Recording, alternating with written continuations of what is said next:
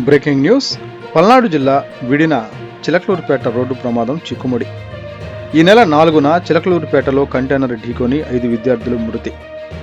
రోడ్డుపై కంటైనర్ను ఆపడం వల్లే ప్రమాదం జరిగిందని తేల్చిన పోలీసులు బ్రేక్ ఇన్స్పెక్టర్ అవతారం ఎత్తి హైవేలపై వాహనాలు ఆపుతూ అక్రమ వసూళ్లకు పాల్పడుతున్న ఓ ఏఎస్ఐ కుమారుడు, అతని గ్యాంగ్. బ్రేక్ ఇన్స్పెక్టర్నని కంటైనర్ను ఆపిన ఏఎస్ఐ కుమారుడు, అతని అనుచరుడు. బ్రేక్ ఇన్స్పెక్టర్ పేరుతో అక్రమ వసూళ్లకు పాల్పడుతున్న ఏఎస్ఐ కుమారుడు, అతని గ్యాంగ్.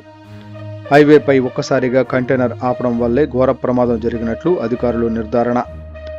కారులో నుండి దిగిన కంటైనర్ ఆపాలని సైగ చేసిన ఏఎస్ఐ కుమారుడు.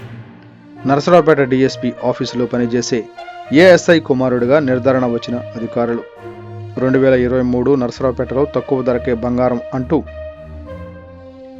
40 లక్షలతో ఉడాయించిన కుమారుడు.